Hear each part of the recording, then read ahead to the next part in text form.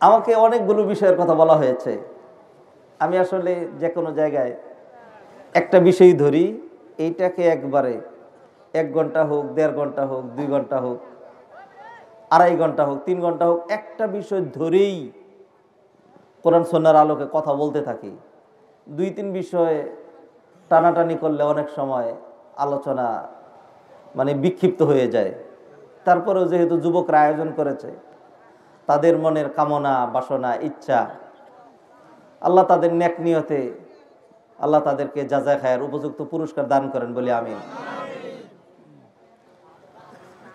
আমি একটি পয়েন্ট ধরে শুরু করি, তারপরে তাদের আবেদনের প্রেক্ষিতে কিছু কথা বলার ইচ্ছা করব। তবে এই কথা সত্য, আমরা তো প্রায় ডেইলি মাহফিল করি, আমার ইচ্ছার উপর নির্ভর করে না। আমার কোনো যোগ্যতা নেই, এলেম কালাম কিচ্ছু নেই। যাই বলি সবটাই আল্লাহর রহমতে হয়, আল্লাহর দয়া ছাড়া কিছুই হবে না। একটা বিষয় আপনাদের কনফার্ম করা লাগবে, তারপরে আমি আলোচনা শুরু করব ইনশাআল্লাহ। যুবকরাও যারা ইন্তজাম করেছেন বা করেছ, সবাইকে বসে যেতে হবে, শুনতে হবে, একটু সময় দিতে হবে, একটু সময় লাগবে। আমি দেরিতে বসেছি, আমার পরে আর কোনো আলোচক নেই, ঠিক না? আমি আলোচনা শেষ করে সেই ঢাকা পার হয়ে উত্তরায় যাব আমার বাসায়। আপনাদের বাসায় যেতে কি এত সময় লাগবে? লাগবে না। তাহলে আমাকে বসায় রেখে আপনারা কেউ যায়েন না।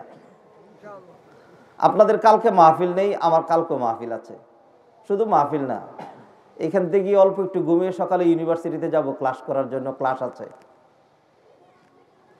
এমনভাবে ক্লাস দেওয়া, আমি চাইলেই যে আগে ক্লাস নিয়ে পরে ঘুমাবো সেই সুযোগ নাই। অথবা আগে ঘুমায়া ক্লাস 1টা পড়েছে সকাল 9টায়, আর একটা পড়েছে ক্লাস দুপুরে 1টায়, মাঝখানে ওই ক্লাস শেষ করে 1-1.5 ঘন্টা সময় ঘুমানোর সুযোগ নাই। আবার বিকেলে মাহফিল আছে।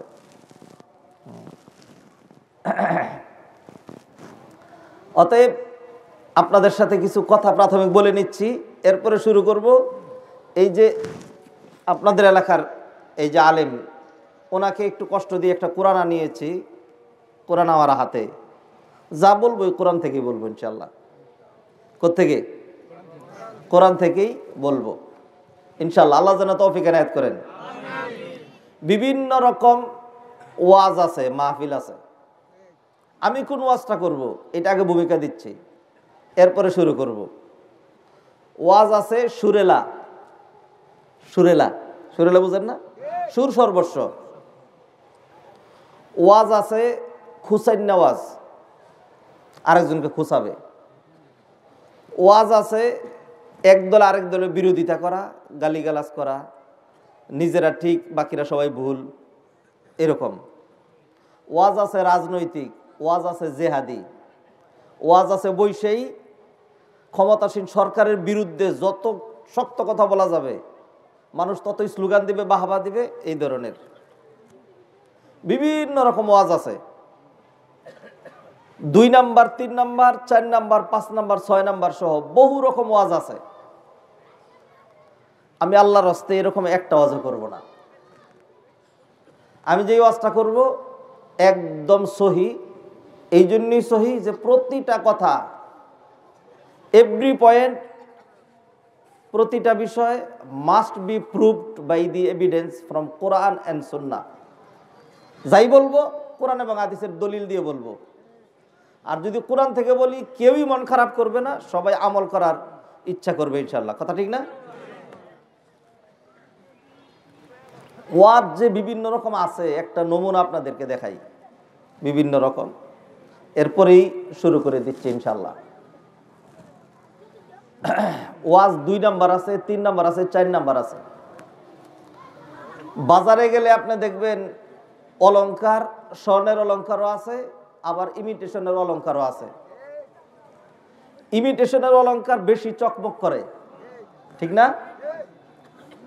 কিন্তু জ্ঞানী লোক কি বলে? All that glitters is not gold. চকচক করলেই সোনা হয় না, চকচক করলেই সোনা হয় না। ওয়াজের মতো শোনা গেলেই ওয়াজ হয় না। শুনতে মজা লাগলেই ওয়াজ হয় না। শুনতে ইচ্ছা করলেই, মাহফিল জমলেই ওয়াজ হয় না। ওয়াজ হইতে হইলে কোরআন থেকে এবং হাদিস থেকে হইতে হবে, ঠিক না? কিতাবে এসছে, অমুক বলছে, এইগুলির নাম ওয়াজ না। আপনি বলবেন কোথায় আছে, একদম সহিরা বলবেন, আনালে রেফারেন্স উল্লেখ করবেন, পারলে ওয়াজ করবেন, আনালে করবেন না। আল্লাহ সুবহানাহু ওয়া তাআলা কান দিয়েছেন দুইটা বেশি শোনার জন্য, মুখ দিয়েছেন একটা কম বলার জন্য, ঠিক না? ভালো কথা বলার ক্ষমতা থাকলেই বলা উচিত, নতুবা বলা উচিত না। এটা সপক্ষ দলিল বুখারী মুসলিমের হাদিস আছে। নবীজি সাল্লাল্লাহু আলাইহি ওয়াসাল্লাম বলছেন, মান কানা ইউমিনু বিল্লাহি ওয়াল ইয়াউমিল আখির ফালইয়াকুল খায়রান আও লিয়াসমুত। যে ব্যক্তি আল্লাহ এবং আখিরাতের প্রতি ঈমান রাখে সে যেন ফালিয়াকুল খায়রান, ভালোটা যেন বলে, আও লিয়াসমুত, ভালো বলতে না পারলে সে যেন চুপ থাকে, সে যেন। বুখারী মুসলিমের হাদিস। আমার প্রাণের মেয়েরা, নবীজি সাল্লাল্লাহু আলাইহি ওয়াসাল্লামকে মেরাজের রজনীতে যখন ঊর্ধ্ব গগনে নিয়ে যাওয়া হলো, অসংখ্য নিদর্শন দেখানো হলো। একটা পর্যায়ে নবীজি সাল্লাল্লাহু আলাইহি ওয়াসাল্লাম দেখলেন কিছু মানুষের জিহ্বা মুখের ভিতর থেকে টেনে টেনে বের করা হচ্ছে। পুরোটা জিহ্বা যখন মুখের বাহিরে চলে আসছে, এমনিতেই আরেকজন ব্যক্তি আগুনের কেচি দিয়া তার জিহ্বাটা ক্যাচ করে কেটে দিচ্ছে।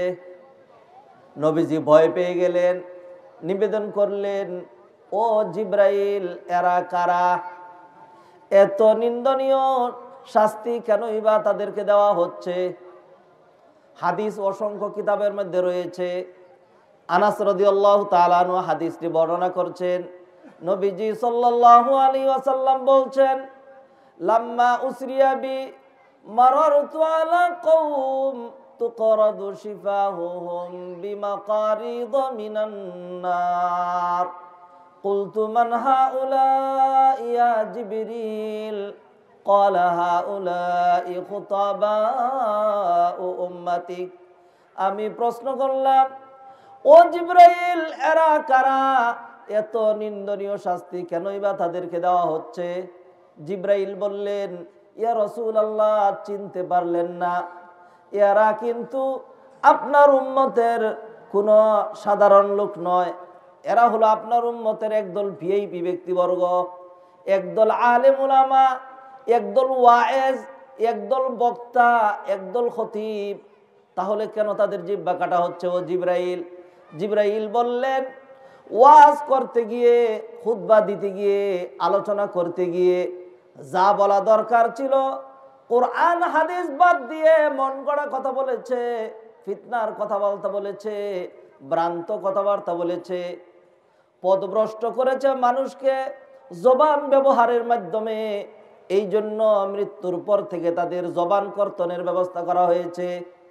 আর যখন আখিরাত হয়ে যাবে তাদের শাস্তি কমবে না, শাস্তি কিন্তু আরো বেড়ে যাবে। এই ধরনের আলেমদেরকে জাহান্নামে যখন নিক্ষেপ করা হবে, এমন জোরে একটা আছাড় দেওয়া হবে, আছাড়ের চোটে তাদের পেটের নাড়িভুঁড়িগুলো ব্যাকডোর দিয়ে, পায়খানার রাস্তা দিয়ে বাহিরে বের হয়ে চলে আসবে। চেষ্টা করবে নাড়িভুঁড়ি পেটের ভিতরে ঢুকাইতে পারবে না। এরপরে এটাকে কেন্দ্র করে কলুর বলদ যেরকম গানিকে কেন্দ্র করে ঘুরতে থাকে, এইভাবে সে ঘুরতে শুরু করবে। তার অবস্থা দেখে শত আযাবের মধ্যেও জাহান্নামীরা তাকে ঘিরে ফেলবে। এরপরে বলবে, ও আলেম সাহেব, তুমি কি উমুক ওয়াইজ না? তুমি কি উমুক বক্তা নও? তুমি কি উমুক আলেম নও? তুমি তো আমাদেরকে ভালো কাজের কথা বলতে, খারাপ কাজ থেকে বারণ করতে। তখন সে বলবে, হ্যাঁ, আমাকে ঠিকই চিনেছো। কুনতু আমুরুকুম বিল মারুফি ওয়ালা আতিহি ওয়া আনহাকুম আনিল মুনকারি ওয়া আতিহি। আমি তোমাদেরকে খারাপ কাজ থেকে বারণ করতাম, নিজে বিরত থাকতাম না। আর আমি ভালো কাজের কথা বলতাম, কিন্তু আমি নিজে ভালো কাজ করতাম না, এই জন্য আমাকে এরকম জঘন্য শাস্তি দেওয়া হয়েছে। নাউজুবিল্লাহ বলেন। বহু জায়গায় যাই, অনেকের ওয়াজ শুনলে ইচ্ছা করে কান্দি। যখন যুবক ছিলাম একবার বললাম যে জীবনে আর ওয়াজ করব না। আমার উস্তাদদেরকে বললাম যে ওয়াজ বাদ। কেন? আমি বললাম যে ওয়াজ করে যারা সব ফালতু মানুষ। কেন?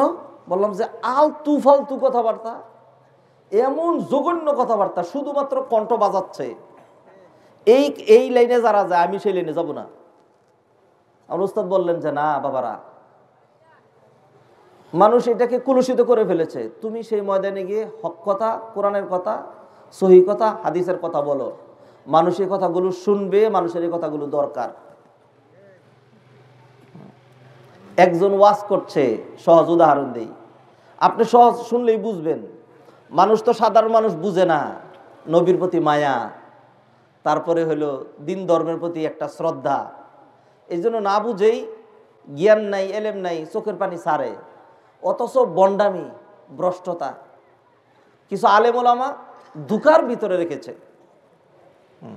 এক বক্তার ওয়াজ যে 2-3 নাম্বার আছে, একটা ভূমিকা দিচ্ছি, এরপর আমি কি আলোচনা করব সেটা তো পরেই আমি বলবো ইনশাল্লাহ। একজন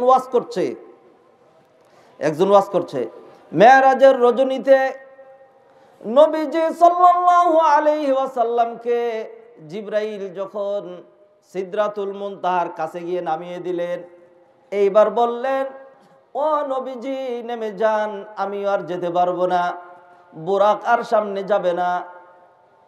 জিবরাইল যাত্রা কি শেষ? বলল না, শেষ না, আর কত দূর যেতে হবে আল্লাহ মাহবুদ ছাড়া কেউ জানে না।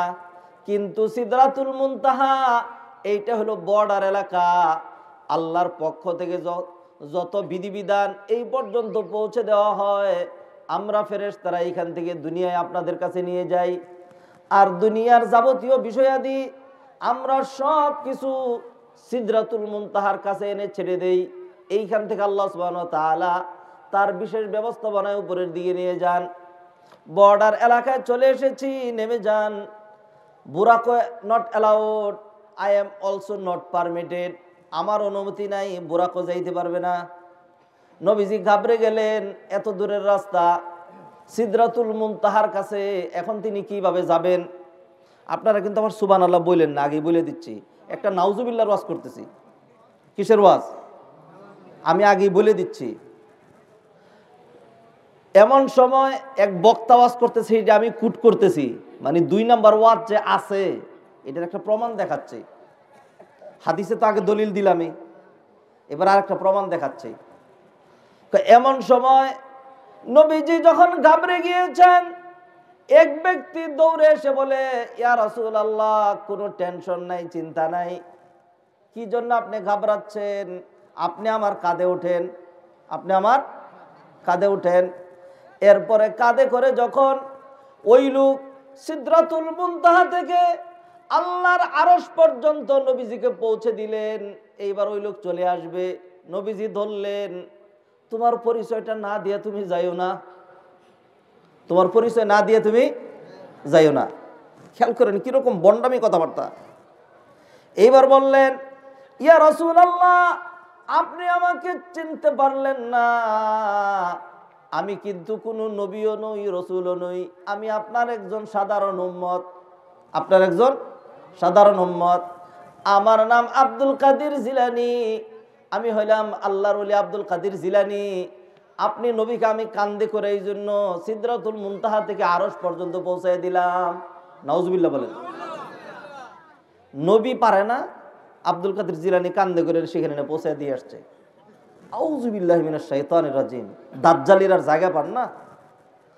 আব্দুল কাদের জিলানীর জন্মই হয় নাই, কথা ঠিক না? আব্দুল কাদের জিলানী রহমতুল্লাহি আলাইহি বড় ওলি ছিলেন। আমি নিজেও এই জুমাতে উত্তরা কেন্দ্রীয় মসজিদে তার বুজুর্গ নিয়ে ওয়াজ করেছি। নিঃসন্দেহে তিনি বড় ছিলেন, কিন্তু তাই বলে নবীজিকে ছোট করে আব্দুল কাদের জিলানীকে বানাওটি কিচ্ছা কাহিনী দিয়া নবীর উপরে স্থান দেওয়ার কোনো দরকার কি আছে? এই কথা শুনে তো মানুষ করে কান্দে। মানুষ তার অন্য কিছু চিন্তা করে নাই, আসলেই ভাবে নাই। এখন আপনারা যেরকম ভাবতেছেন, যখন একজন বক্তা মিষ্টি মধুর করে বলে যায় তখন তো তারা এটা আর ভাবে না। আপনি বলেন আল্লাহর কসম করে বলেন, এটা 1 নম্বর ওয়াজ না 2 নম্বর ওয়াজ? 2 নম্বর ওয়াজ শুনবেন নাকি 1 নম্বরটা শুনতে চান? কথা বলেন, কয় নম্বর শুনতে চান? 1 নম্বর। 1 নম্বর ওয়াজ যদি শুনেন আপনার জন্য কল্যাণ হবে, আমার জন্য কল্যাণ হবে। 1 নম্বর ওয়াজটাই করতে হবে। আল্লাহ সুবহানাহু ওয়া তাআলা নবীজিকে এরকম ওয়াজের কথা বলছেন, ও নবীজি আপনি যখন ওয়াজ করবেন 1 নম্বর ওয়াজটা করবেন। 1 নম্বর ওয়াজটা করবেন, শর্ত আছে। 1 নম্বর ওয়াজ যদি করি আপনার মনোযোগ দিয়ে শোনা লাগবে, গাফেল হইতে পারবেন না, উদাসীন হইতে পারবেন না, উইঠাও চলে যাইতে পারবেন না। আমরা কি রাত্র 12টা বাজাবো এখানে? না, আমাদের ফজরের নামাজ নাই, একটা নির্দিষ্ট সময় চলবে, হঠাৎ করে শেষ করে দেবো ইনশাআল্লাহ, ঠিক না? আল্লাহ সুবহানাহু ওয়া তাআলা কুরআনে কারীমের সূরা কফের মধ্যে 26 পারার 19 নম্বর পৃষ্ঠার লাস্ট আয়াত নাম্বার 45। আমি একজন কোরআনের হাফেজ, এগুলো সব মুখস্থ আছে। আপনি দেখবেন কি করে চটচট করে বের করে দেখাই।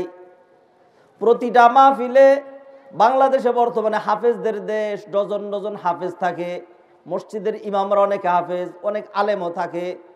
কেউ রেকর্ড করুক আর না করুক, এই সমস্ত ভিডিওর কথা বলছি না, আল্লাহর পক্ষ থেকে রেকর্ড হয় নাকি হয় না? যা বলছি তাই রেকর্ড হবে। 2 নাম্বার বললেও, 3 নাম্বার বললেও, আর 1 নাম্বার বললেও নিয়ত করছি 1 নাম্বারই বলবো। এরপরে যদি ভুল ভ্রান্তি হয়ে যায় আল্লাহর কাছে ক্ষমা চাই। ইচ্ছা করে 2টা বলবো না, ইচ্ছা করে 2 নাম্বারটা বলবো না। আল্লাহ সুবহানাহু ওয়া তাআলা সূরা কফের মধ্যে 26 পারার 18 নম্বর পৃষ্ঠা আয়াত নাম্বার 18, ওই আয়াতে আল্লাহ সুবহানাহু ওয়া তাআলা বলছেন, আউযু বিল্লাহি মিনাশ শাইতানির রাজিম। এই যে আমার আঙ্গুলটা যে এখানে ধরা, এই আয়াতটা আল্লাহ সুবহানাহু ওয়া তাআলা বলছেন, মা ইয়ালফিযু মিন কওলিন ইল্লা লাদাইহি রাকীবুন আতীদ। আল্লাহ সুবহানাহু ওয়া তাআলা বলছেন, বান্দা যাই উচ্চারণ করে না কেন, শক্তিশালী ফেরেশতা বান্দার কথা রেকর্ড করে ফেলে। আল্লাহু আকবার। সব আমার কথা রেকর্ড হবে, আমার কথা আমি দলিল দিছি। অতএব 2 নম্বরটা বলা যাবে? সুযোগ নাই। নবীজি সাল্লাল্লাহু আলাইহি ওয়াসাল্লাম রাহমাতুল লিল আলামিন, উম্মতের কান্ডারি, উম্মতের জন্য মায়া ছিল নাকি ছিল না বলেন? কেমন মায়া ছিল?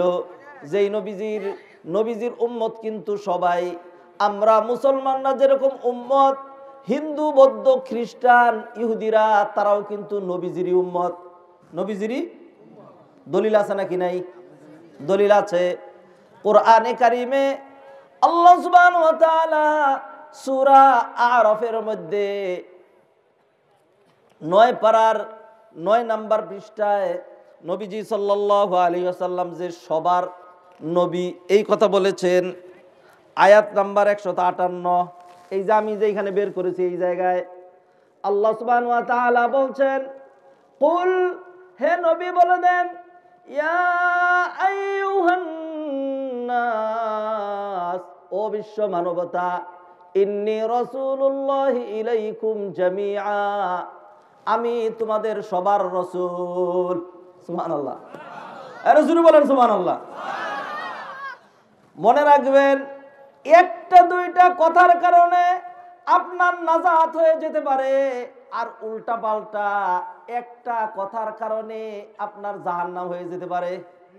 নাউজুবিল্লাহ বলেন। আমাদের দেশে উদাহরণ আছে, এই নির্বাচনের আগে দিয়ে একজন টকশোতে একটু উল্টা কথা বলছিল, এক নারীকে কটাক্ষ করে, বিশাল বড় ব্যক্তিত্ব, জেলে যাইতে হয় নাই? আপনারা অনেকে জানেন, জেলে যাইতে হয়েছে এক কথা। আমি যদি এখন একটা উল্টা পাল্টা কথাবার্তা বলি, মাহফিল বন্ধ হয়ে যেতে পারে, ঠিক না? মুখের কথা 4টিখানি কথা না। অতএব মনে রাখবেন ভাইয়েরা, ভালো কথাগুলো বলবেন, একটা কথার কারণে আপনার জান্নাতে যাওয়া হয়ে যেতে পারে। আমার আগের বক্তা এই কথাটাই এইখানে আলোচনা করেছেন, আমি আবার রিপিট করছি। নবীজি সাল্লাল্লাহু আলাইহি ওয়াসাল্লাম বলছেন, কিয়ামতের দিন এক বান্দার আমলনামা ওজন করা হবে। এক একটা আমলনামা মাদ্দুল বাসার, দৃষ্টি যতটুক পর্যন্ত যায়, অর্থাৎ প্রাচ্য থেকে পাশ্চাত্য পর্যন্ত লম্বা। সব কয়টার মধ্যে শুধু লিস্ট, জিনা করেছো, চুরি করেছো, চামারি করেছো, বেবিচার করেছো, মানুষের মাথায় বাড়ি দিয়েছো, হারাম খেয়েছো, নামাজ ছেড়েছো, রোজা ভেঙ্গেছো, বেপরদা হয়েছো, এরকম লম্বা লম্বা লিস্ট। এই 99টা আমলনামার লিস্ট যখন তার পাল্লায় উঠিয়ে দেওয়া হবে, বান্দা হয়রান পেরেশান হয়ে যাবে। হায় আল্লাহ, আমার আর কোনো গতি নেই, জাহান্নাম ছাড়া আমার আর বুঝি কোনো উপায় নাই। আল্লাহ সুবহানাহু ওয়া তাআলা ডাক দিয়া বলবেন, ও বান্দা, এই যে আমলনামার যেই লিস্টগুলো আছে, যা দেখতে পাচ্ছ, এইগুলো কি তুমি আসলে করছিলে নাকি করো নাই? বান্দা বলবে, হ্যাঁ আল্লাহ করছি। আল্লাহ বলবেন, নাকি আমার ফেরেশতারা কিরামান কাতিবিন যারা ছিলেন, তারা তোমার উপর জুলুম করে, বাড়াবাড়ি করে, কোনোটা বেশি লেগেছে আমাকে একটু বলো। বান্দা বলবে, আমার সাথে আছেন আপনারা? বান্দা বলবে, ও আল্লাহ, একটু বাড়াবাড়ি করে নাই, একটু বেশি লেখে নাই, তারা হুবহু আমি যা করেছি তাই লেগেছে। সূরা ইনফিতরের মধ্যে 30 পারায় আল্লাহ সুবহানাহু ওয়া তাআলা বলছেন, আউযু বিল্লাহি মিনাশ শাইতানির রাজীম, ওয়া ইন্না আলাইকুম লাহাফিযিন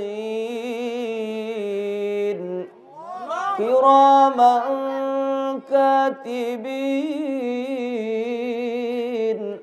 ইয়ালামুনা মা তাফআলুন।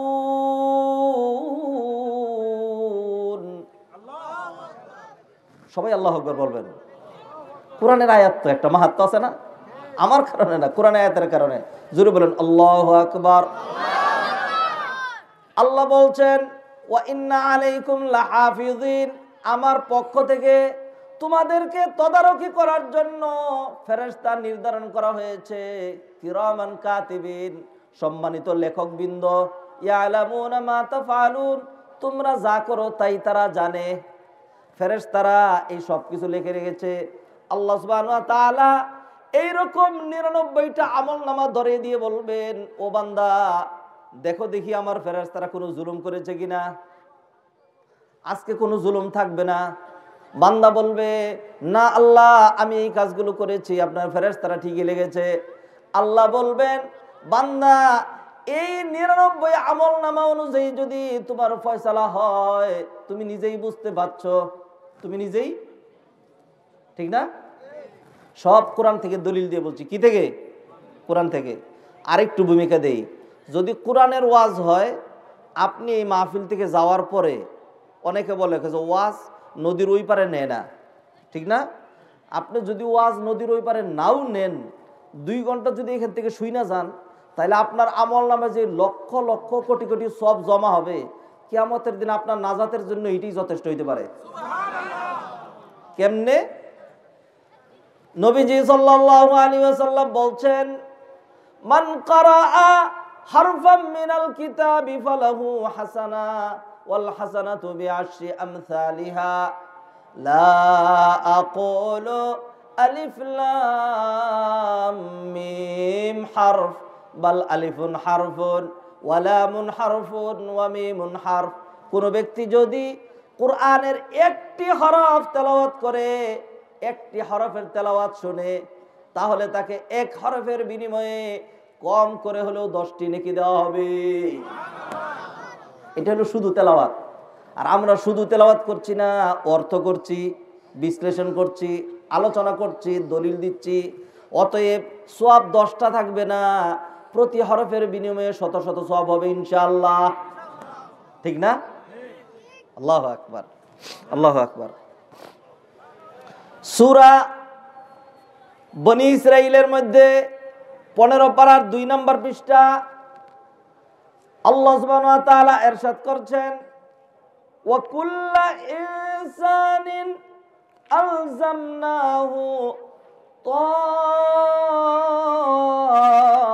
তাইরাহু ফি উনুকিহি ওয়া নুখরিজু লাহু ইয়াওমাল কিয়ামাতি কিতাবান ইয়ালকাহু মানশুরা।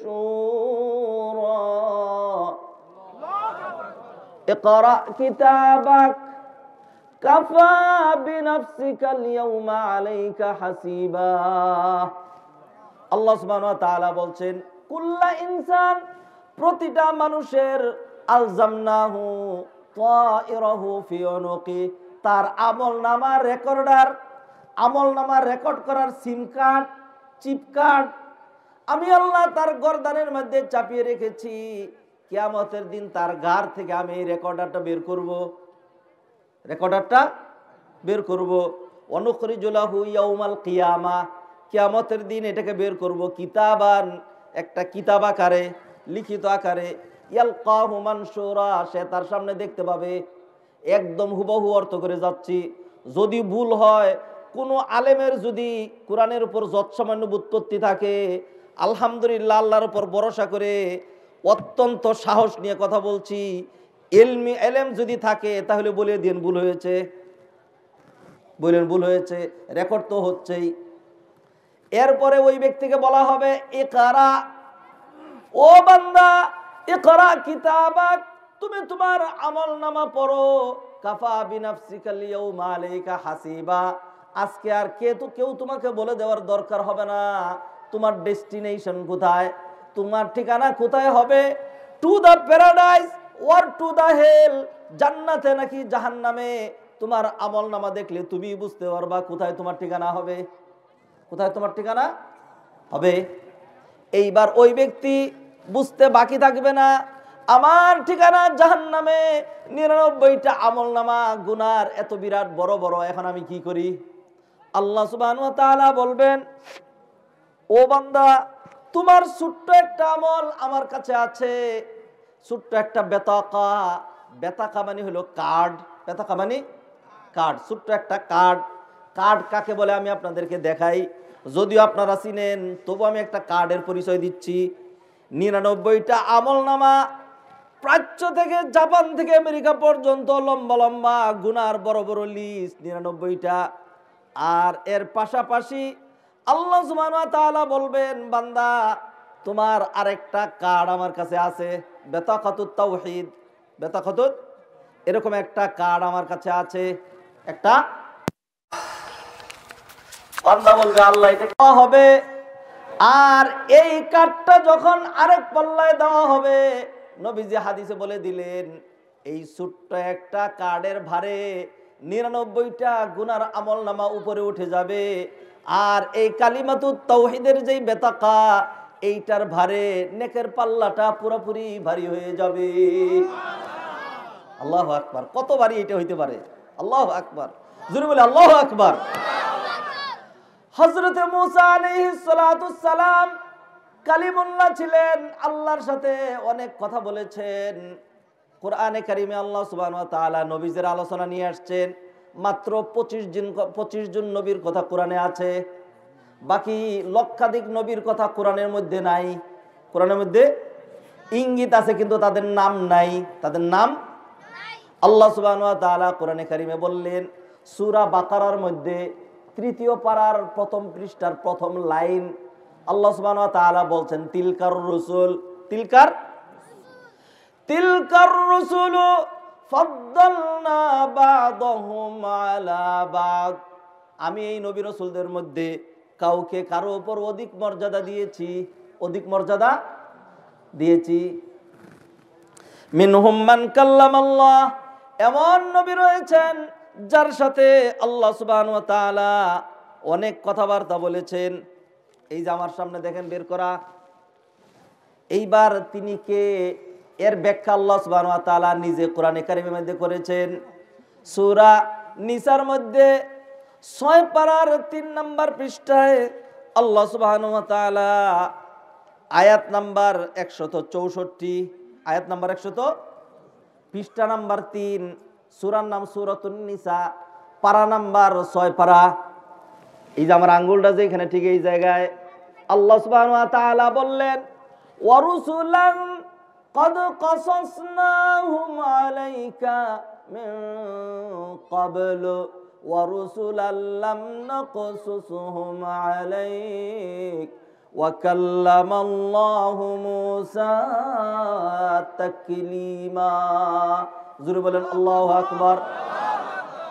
আল্লাহ বলছেন ও নবী, অনেক নবী রাসূলের কথা আমি আপনাকে জানিয়ে দিয়েছি, আপনার কাছে বর্ণনা করেছি। ওয়ারুসুলাল্লাম নাকসুসুম আলাইক, আর অনেক নবী রাসূলের কথা আপনাকে বলি নাই। এরপর আল্লাহ বিশেষ করে বললেন ওয়াকাল্লামাল্লাহু মূসা তাকলিমা, আল্লাহ সুবহানাহু ওয়া তাআলা মূসার সাথে কিন্তু অনেক কথা বলেছেন। সুবহানাল্লাহ। কার সাথে? মূসা আলাইহিস সালাতু সালামের সাথে।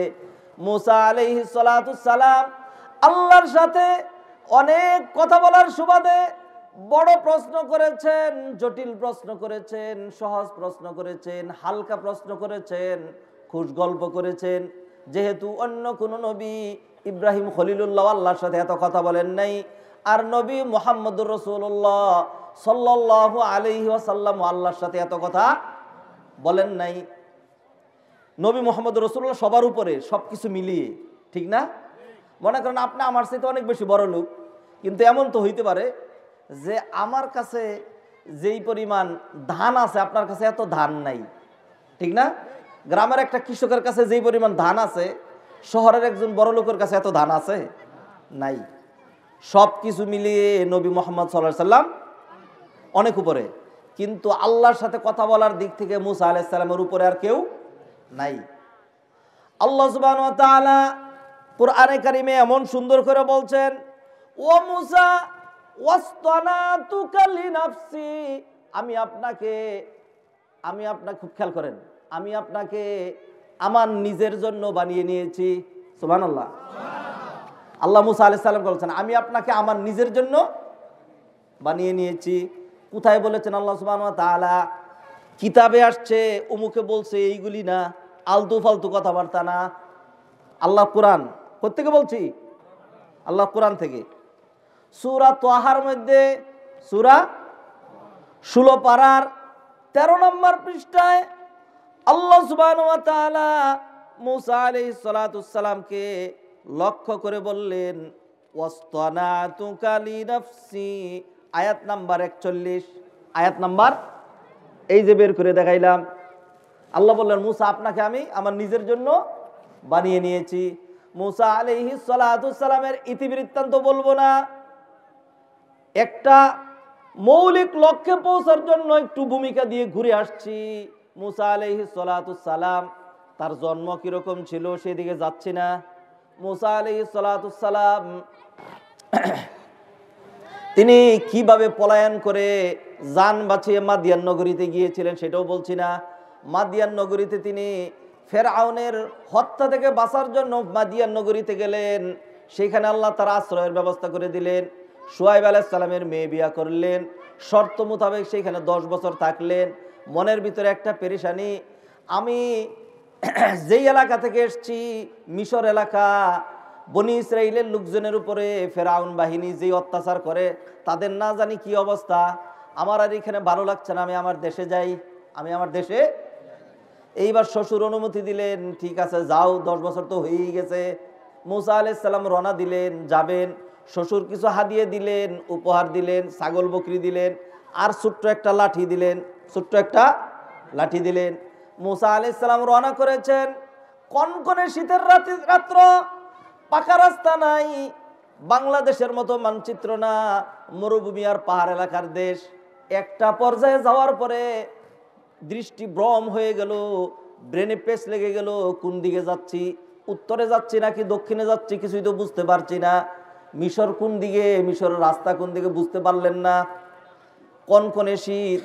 এইবার মূসা আলাইহিস, এই যে ঘটনা আলোচনা করছি এইটা কোরআনের এক জায়গায় নয়, 2 জায়গায় নয়, বহু জায়গায় আছে।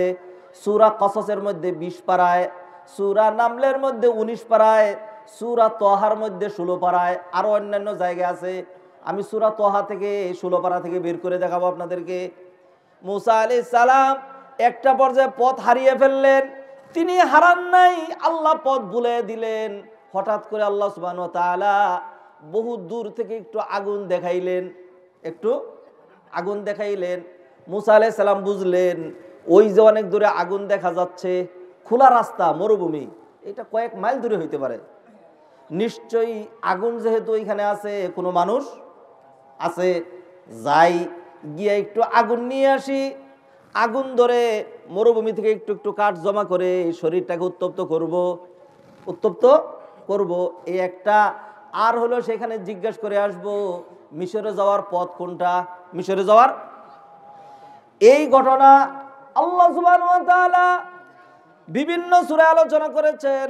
সূরা তাহা থেকে বলছি, পৃষ্ঠা নাম্বার 11, সূরা তাহা আয়াত নাম্বার 9 থেকে শুরু।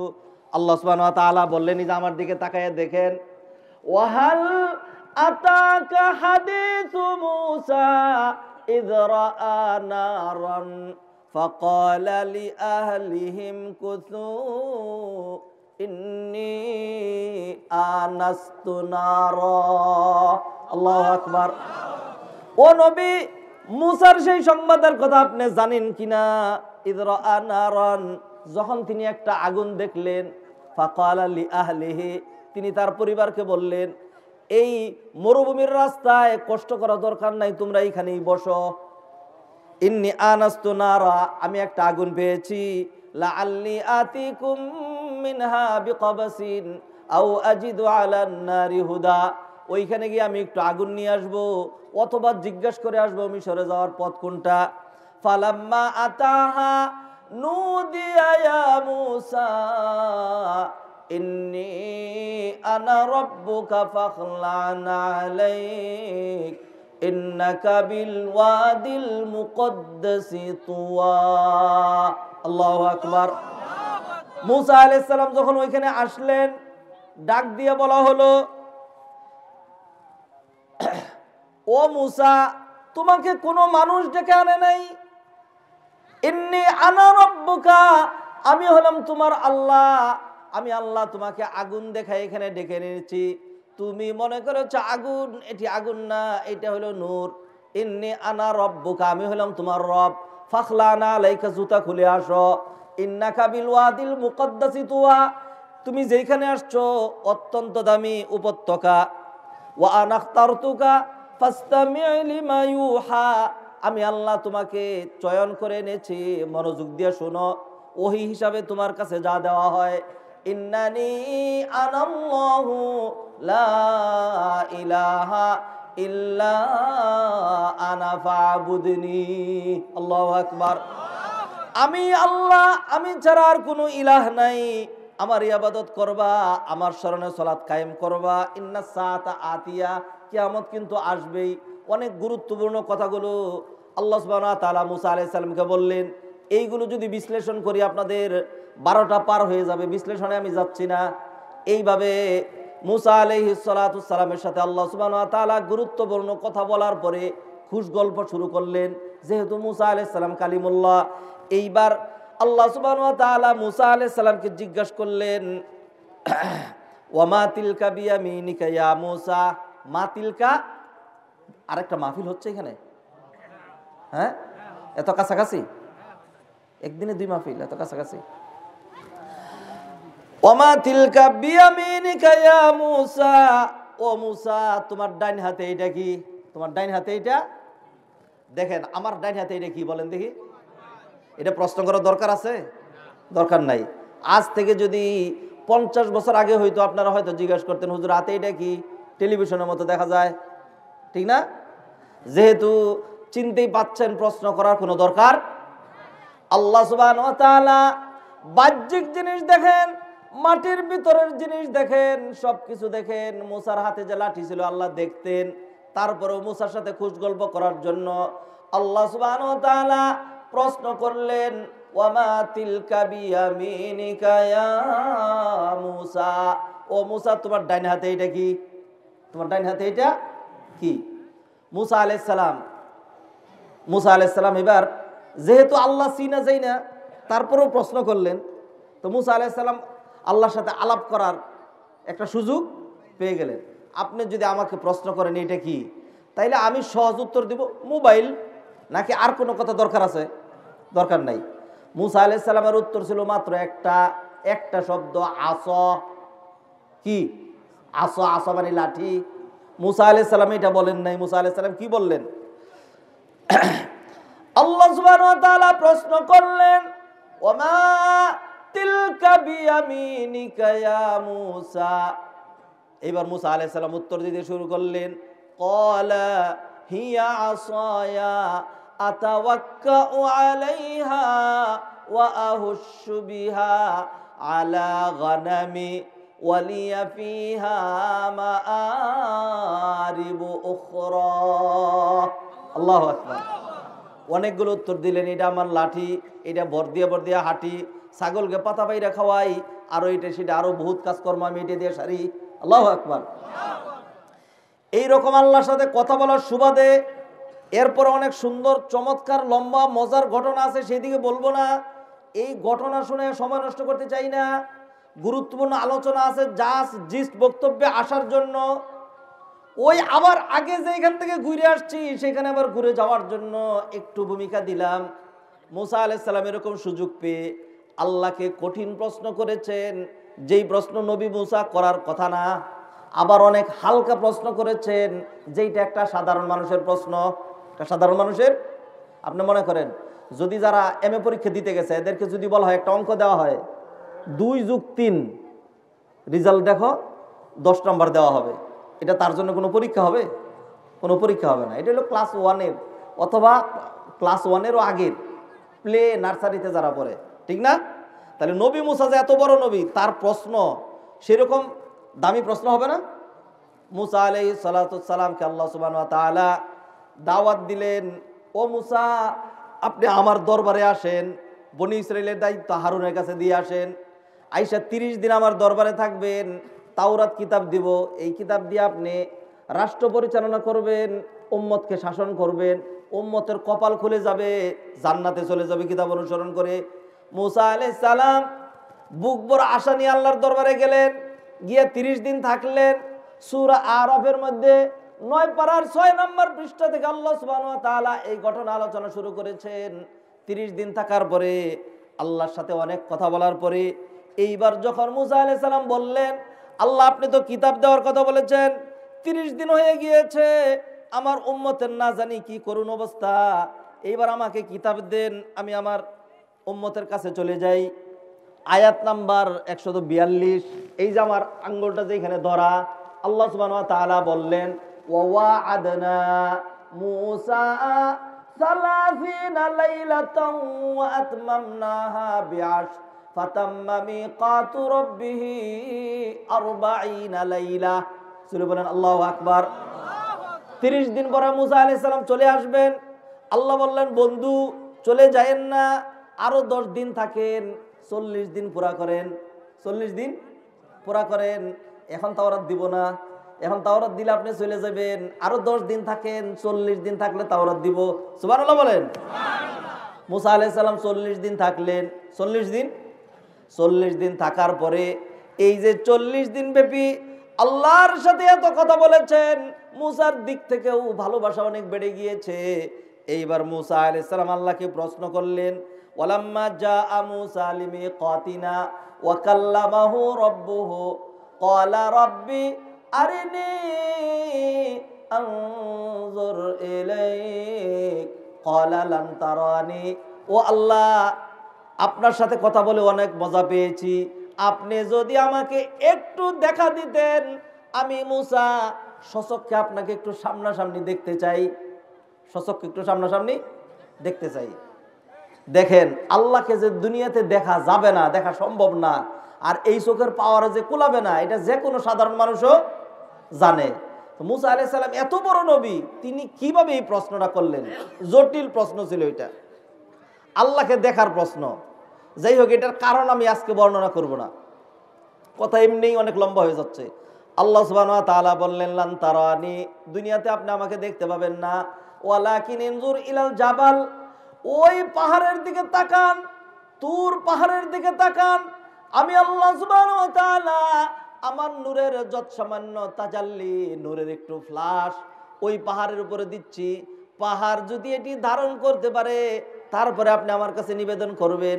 ফালাম্মা তাজাল্লা রাব্বুহু লিল জাবাল জাআলাহু দাক্কা ওয়া খাররা মূসা সাইকা ফালাম্মা আফাকা ক্বালা সুবহানাকা তুবতু ইলাইকা ওয়া আনা আউয়ালুল মুমিনিন।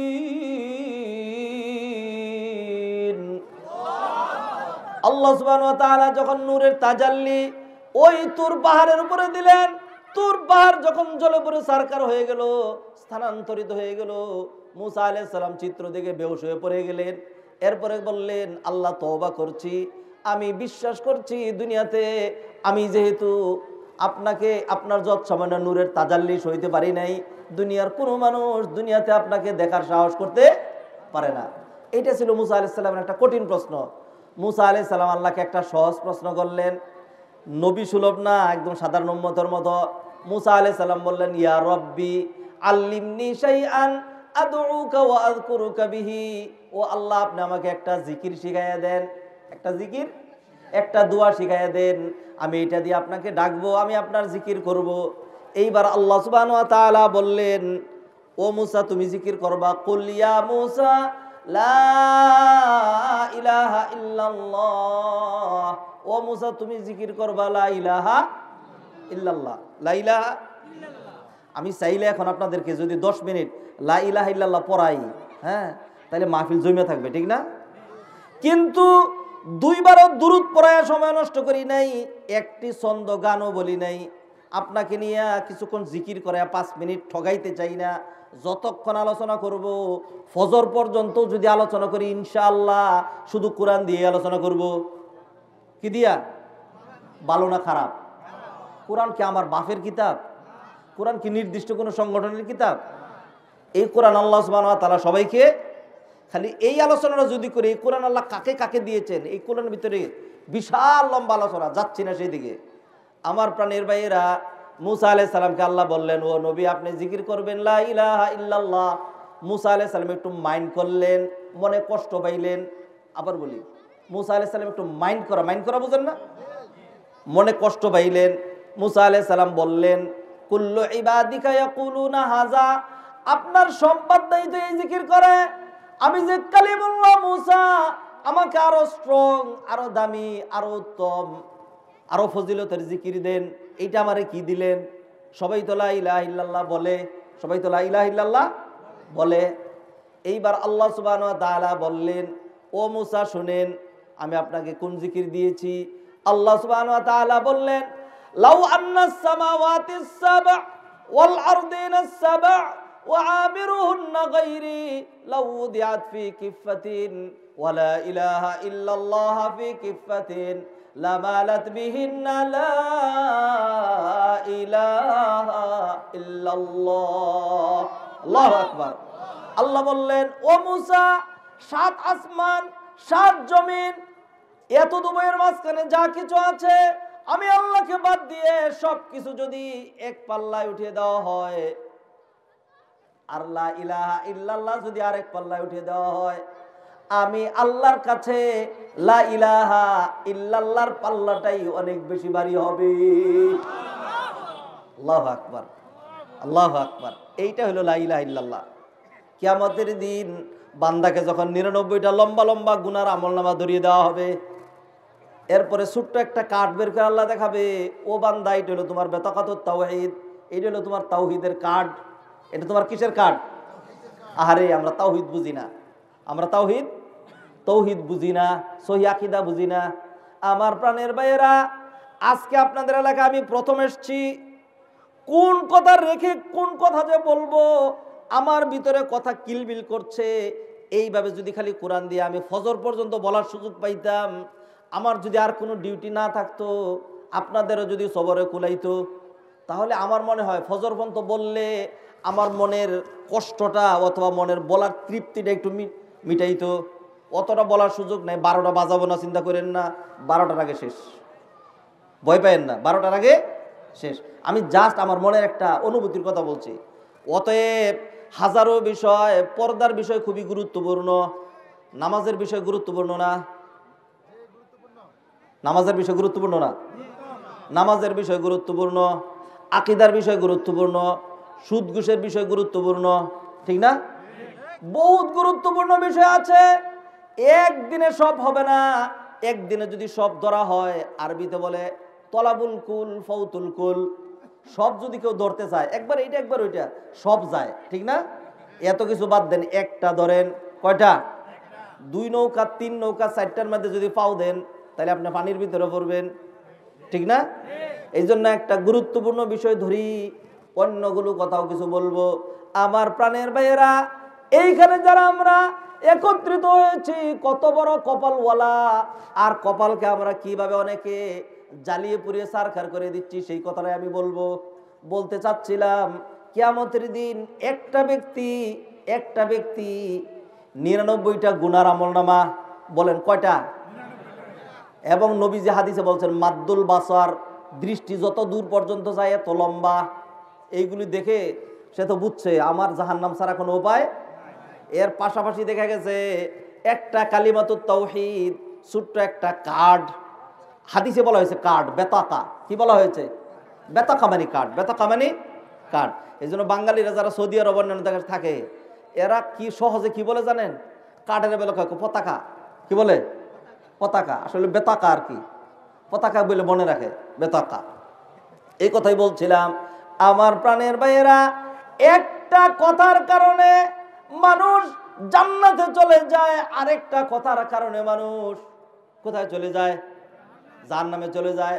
নবীজি হাদিসে বললেন, ওয়া ইন্নাল আবদা লা ইয়াতাকাল্লামু বিকালিমাতিন লা ইউলকি লাহা বালান ইয়াহবি বিহা ফি নারি জাহান্নাম। বান্দা ভ্রুক্ষেপ করে না, এমন একটা কথা বলে, একটা কথার কারণে তাকে জাহান্নামের অনেক অভ্যন্তরে নিক্ষেপ করা হয়। নাউজুবিল্লাহ বলি। এক যুদ্ধ থেকে ফেরার সময় কয়েকজন সাহাবী নামক মুনাফিক দিন ধর্মের কোনো বিষয় নিয়ে ঠাট্টা মশকরা করতেছিল। নবীজি মদিনায় পৌঁছার আগে জিব্রাইল আয়াত নিয়ে আসলেন। নবীজি তাদেরকে ডাইকে জিজ্ঞাসা করলেন, তোমরা কি এমন কথা বলছো কিনা? তোমরা এমন কথা? পৃষ্ঠা নাম্বার 16, পারা নাম্বার 10, সূরা নাম হলো সূরাতুত তওবা, সূরাতুত তওবা, আয়াত নাম্বার 65। এই যে আমার আঙ্গুলটা যেখানে, ঠিক এই জায়গায় নবীজি ডাইকা জিজ্ঞাসা করলেন, তোমরা কি এরকম কথা বলছো কিনা? আল্লাহ সুবহানাহু ওয়া তাআলা বললেন, আয়াতটা পড়ে শোনায় দেই, যাতে প্রত্যেকের আমল নামায় কম করে প্রতি হরফের বিনিময়ে 10টা করে নেকি জমা হয়ে যায়।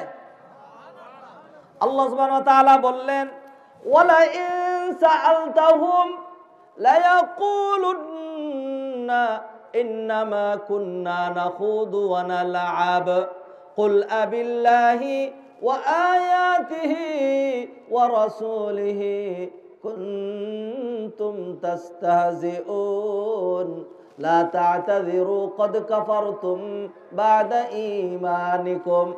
ও নবী, আপনি যদি তাদেরকে প্রশ্ন করেন তোমরা কি এমন এমন বলেছো কিনা, তাহলে তারা বলবে, ও নবী, বহুত দূর থেকে আসছিলাম, রাস্তা শেষ হয় না।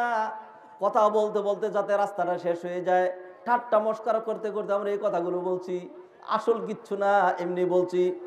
আল্লাহ বলে দিলেন, ও নবী বলে দেন, কুল আবিল্লাহি ওয়া আয়াতিহি, তোমরা কি আল্লাহর রাসূল এবং ধর্মীয় বিধিবিধান নিয়ে ঠাট্টা মশকরা করতেছিলে?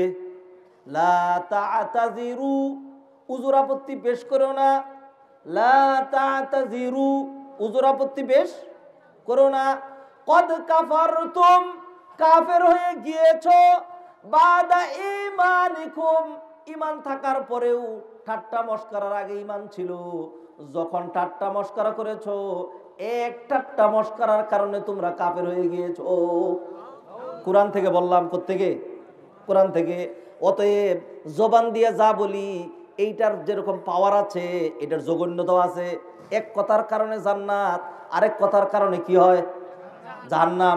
নবীজি সাল্লাল্লাহু আলাইহি সাল্লাম হাদিসে বললেন, মান কানা আখিরু কালামিহি লা ইলাহা ইল্লাল্লাহ দাখালাল জান্নাহ এক ব্যক্তি জীবনে যত গুনাহ করুক না কেন, যদি জীবন সায়ান্নে মৃত্যুর পূর্বে আল্লাহ যদি তার জবানটা খুলে দেয়, আর যদি সে শুধুমাত্র একটা কালিমা লা ইলাহা ইল্লাল্লাহ বলতে পারে, নবীজি বলে দেন ওই লোকটা অবশ্যই অবশ্যই জান্নাতেই চলে যাবে। নবীজি সাল্লাল্লাহু আলাইহি ওয়াসাল্লাম আবু যর গিফারি এমন একটা হাদিস বর্ণনা করেছেন, বুখারী মুসলিমের হাদিস।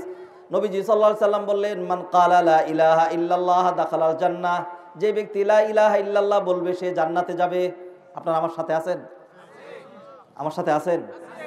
রং ডং দিয়ে যদি খালি কিচ্ছা কাহিনী বলি তাহলে সবার মন থাকবে এখানে, সবার মন। কিন্তু আমি যেগুলি বলি জ্ঞানের কথা, কোরআন থেকে কোন সূরায় আছে কোন পারায় আছে এরকম করে বের করে বলি। খারাপ কি?